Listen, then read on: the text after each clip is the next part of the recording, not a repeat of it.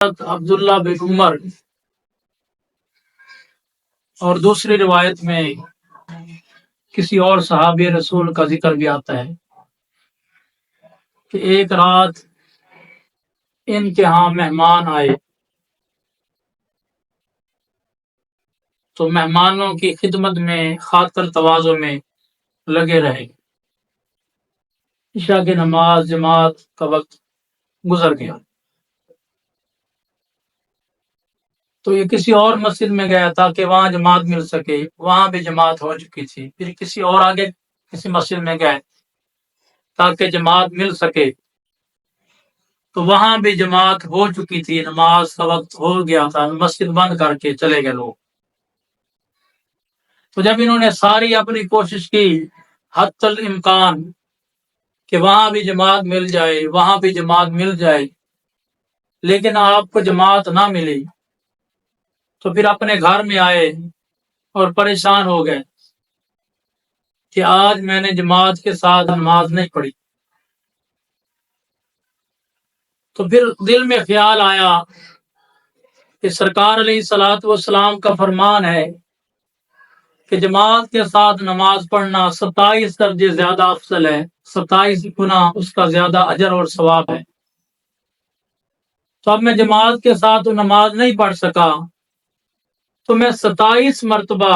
نماز عشاء کو پڑھ لیتا ہوں، یعنی 27 مرتبہ عشاء کے فرض پڑھتا ہوں۔ تو انہوں نے ایسا ہی کیا تاکہ مجھے جماعت کا ثواب حاصل ہو۔ 27 نمازیں انہوں نے عشاء کی ادا کی، 27 مرتبہ عشاء کے فرض پڑھے، مطلب وہ ایک نماز کی نا، ایک نماز کو 27 مرتبہ پڑھنے سے 27 درجے ثواب مل جائے گا، اور مطمئن ہو گئے کہ اب مجھے نماز عشاء کا جماعت کا ثواب مل جائے گا۔ رات سوئے، خواب آیا کہ کچھ قافلہ جا رہا ہے، اس پہ لوگ گھوڑے پہ سوار ہیں، سواری پہ سوار ہیں، تو آپ بھی اپنے گھوڑے پہ سوار ہیں اور آپ ان کے ساتھ ملنے کی کوشش کرتے ہیں کہ میں ان کے ساتھ مل جاؤں، لیکن آپ پیچھے رہتے ہیں، آپ اپنے گھوڑے کو، اپنی سواری کو ہانکتے ہیں، مارتے ہیں، لیکن آپ ان کے برابر بھی نہیں پہنچ سکتے، بڑی کوشش کرتے ہیں۔ تو پھر قافلے میں سے ایک شخص نے آواز دی کہ ہم نے نماز عشاء کو جماعت کے ساتھ ادا کیا ہے اور آپ نے جماعت کے ساتھ نہیں پڑھی، تو آپ اپنی سواری کو نہ تھکائیں، آپ ہمارے ساتھ نہیں مل سکتے۔ تو جب آپ کی آنکھ کھلی تو آپ نے فرمایا جو جماعت کے ساتھ ایک نماز کا ثواب ہے، وہ بندہ اگر تنہا 27 مرتبہ اس نماز کو ادا کر لے تو پھر بھی اس ایک نماز کا ثواب زیادہ ہے، وہ ایک نماز زیادہ افضل ہے جو اس نے جماعت کے ساتھ ادا کی۔ تو وہ بندے، وہ انسان جو جماعت کے ساتھ نماز نہیں پڑھتے یا سرے سے ہی نماز پڑھتے ہی نہیں، تو وہ اس قافلے کو کیسے پہنچ سکتے ہیں؟ پھر آپ نے ارشاد فرمایا، سرکار علیہ الصلوۃ والسلام کا فرمان ہے کہ عشاء کی نماز کے لیے، جماعت کے لیے، امامت کے لیے میں کسی کو امام بناؤں اور آگ لے کے جاؤں اور ان گھروں کو جلا دوں جو ابھی تک نماز کے لیے مسجد میں حاضر نہیں ہوئے، یعنی جو مرد حضرات ہیں ان کی نماز گھروں میں نہیں ہوتی،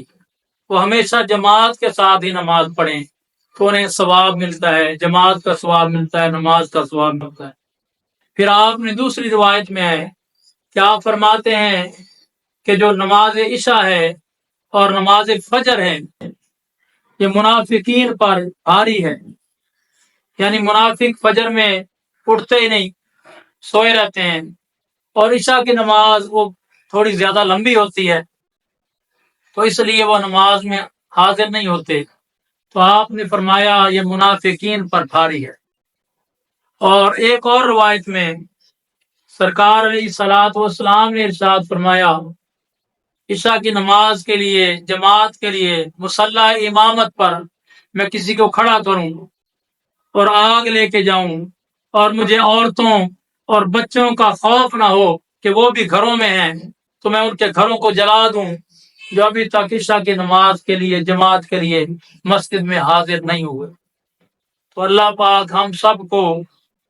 جماعت کے ساتھ نماز پڑھنے والا بنا دے، اور جماعت کی فضیلت اور اہمیت کو ہمیں سمجھنے کی توفیق عطا فرمائے۔